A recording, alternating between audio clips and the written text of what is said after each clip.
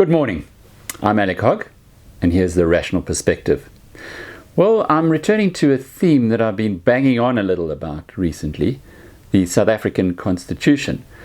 Not because I feel that it needs to be re-emphasized, but because last night we went along to an event at the Constitutional Court in Johannesburg, hosted by the best person who could do this anywhere in the world, Judge Albie Sachs, one of the original Constitutional Court judges when it started after the democracy arrived in South Africa in 1994.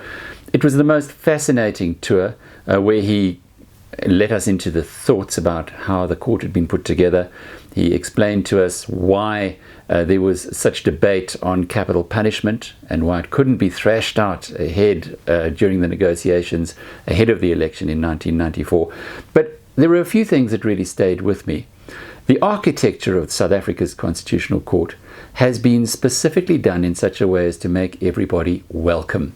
Very different to the way that the US have set up their Constitutional Court, or indeed Old Bailey in London.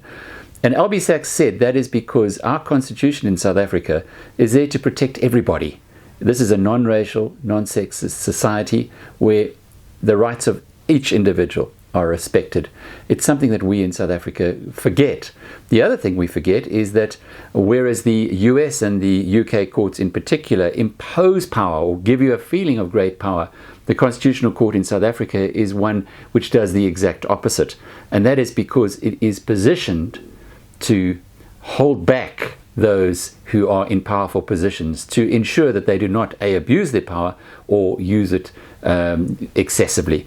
And I think that if you consider the final point about the Constitutional Court is it's on the old fort in Johannesburg, the site of the infamous number 4 jail where black Africans were interned, the site where the only place in the world where Nelson Mandela and Gandhi have both been kept in jail. It is a historic site.